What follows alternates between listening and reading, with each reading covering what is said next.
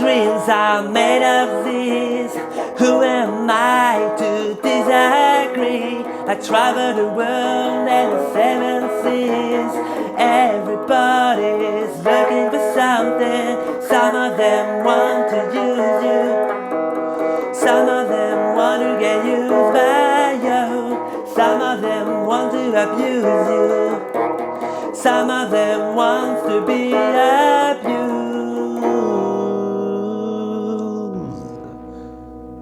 Salut mes petits compsognatus et bienvenue sur la chaîne du Raptor Neuropsy pour ce nouvel épisode consacré aux rêves. Qu'est-ce que tu es? Une sorte d'oiseau ou quoi? Ouais, je suis pas un oiseau, je suis un dinosaure, mais mes descendants ils boufferont ton pain sur Paris. Est-ce que tu as faim? Je vais manger tes morts, saleté d'humain. Dans l'état actuel de nos connaissances scientifiques, on peut dire que le matériel onirique, donc qui vient des rêves, nous procure un échantillon de nos états mentaux, de nos préoccupations. Désir, peur, aversion, déception, souvenir. Les rêves nous permettent aussi d'avoir un œil sur nos préoccupations, qu'elles soient positives ou négatives, les anticipations anxieuses, etc. Et les rêves, on tente de les interpréter, de leur donner un sens, d'imaginer qu'ils veulent nous dire quelque chose, depuis bien avant l'écriture du livre L'interprétation des rêves, écrite par Sigmund Freud en 1900. Ce rêve bleu. Et pourtant, d'un point de vue scientifique, on ne connaît pas exactement le processus en fait qu'est le rêve. C'est pour ça qu'il y a tout un mystère, tout un mysticisme qui règne autour. Énigmatiques et volatiles par nature, les rêves ont souvent beaucoup plus inspiré des choses mystiques que des choses rationnelles. Prophétique dans l'Égypte ancienne, message divin dans la Grèce antique, ou encore voyage de l'âme pour les chamans d'hier et d'aujourd'hui. Freud a beau avoir fait des rêves la voie royale vers notre inconscient, force est de constater qu'encore aujourd'hui, les psychologues et les neurologues ne comprennent pas exactement ce processus et que tout ce qui se cache autour de ça nous échappe encore un peu.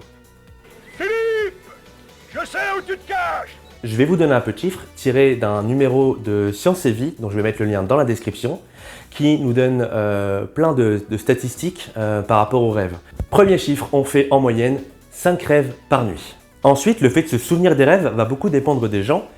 On constate que 4% s'en souviennent une seule fois par an, 20% une à deux fois par mois, 34% une à deux fois par semaine et 42%, soit presque la moitié d'entre nous, s'en souviennent tous les jours ou presque.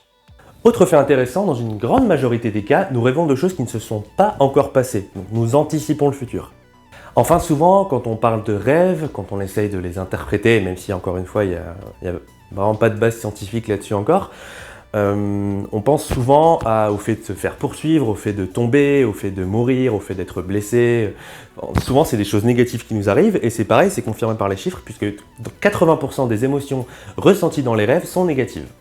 Et pour en finir avec ces chiffres, on va se pencher sur les éventuelles différences qu'il y a dans le contenu des rêves entre les hommes et les femmes. On note que le thème de l'exclusion revient assez souvent dans les deux cas, tout comme le thème de l'agression ou le thème de l'amitié. On a par contre des différences un peu plus importantes en ce qui concerne les rêves qui vont se passer dans des scènes d'intérieur, où on a 61% d'apparition de ces thèmes-là dans les rêves des femmes et 39% dans les rêves des hommes. Au niveau des rêves de succès et de sexe, on note aussi que les hommes rêvent un peu plus de ça que les femmes. Mais du coup, la science dans tout ça, où est-ce qu'elle en est? Demandons à notre ami scientifique Géraldo de nous éclairer un peu sur la question.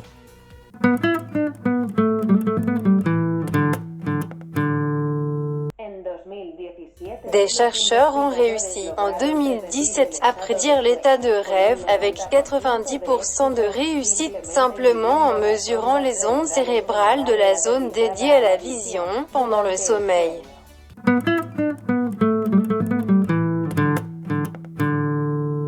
Et l'un des chercheurs de la même équipe va même rajouter: de la même façon, en surveillant des régions spécialisées dans des contenus spécifiques, on pourrait potentiellement prédire le contenu des rêves. C'est beau. Et ils l'ont fait, c'est fou, ils l'ont fait, ils ont pu prédire l'intensité de l'activité du cerveau et la façon dont elle s'apparente au contenu des rêves, en termes de fréquence de l'activité cérébrale. Il l'a fait. Il y est arrivé, ce vieux dégénéré. Donc en bref, à l'heure actuelle, on ne peut pas dire que rêver de telle ou telle chose veut dire que telle ou telle chose va se passer ou vient signifier des choses qui nous sont arrivées dans notre enfance ou etc. Il n'y a pas de base scientifique solide là-dessus du tout. Par contre, ce qu'on peut dire, c'est que si on arrive à terme avec les progrès technologiques dont on dispose à décoder, à savoir de quoi est-ce qu'on rêve exactement et de corréler tout ça aux préoccupations, à nos désirs, à nos objectifs, à nos envies, etc., on pourrait essayer peut-être de mieux cibler le contenu des rêves et donc de mieux en comprendre l'intérêt. Parce que ces rêves ont peut-être une fonction cachée qu'on ne connaît pas encore. Et de façon encore plus poussée, la connaissance fondamentale des mécanismes du rêve pourrait nous aider à mieux comprendre la conscience, ainsi que ses mécanismes et ses bases neuronales. Ah, c'est quand même beau la science. Science, bitch! Et c'est tout pour ce Fast & Raptor C'est tout pour ce Fast & Raptor consacré aux rêves, à leur contenu, à leur interprétation. Pour conclure, effectivement, à l'heure actuelle, on ne sait pas encore décoder tout ça, déchiffrer tous les mécanismes qui se cachent derrière. En tout cas, on a espoir que la science un jour nous permette de mieux comprendre l'intérêt du matériel onirique. Ouais, c'est pas faux. J'espère que cette vidéo vous aura plu et que vous aurez appris plein de belles choses. N'hésitez pas à la liker, à la partager, à poster des commentaires pour apporter des précisions ou pour poser des questions si vous en avez.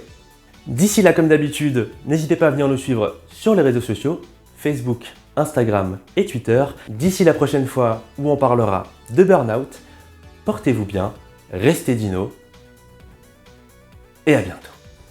Salut!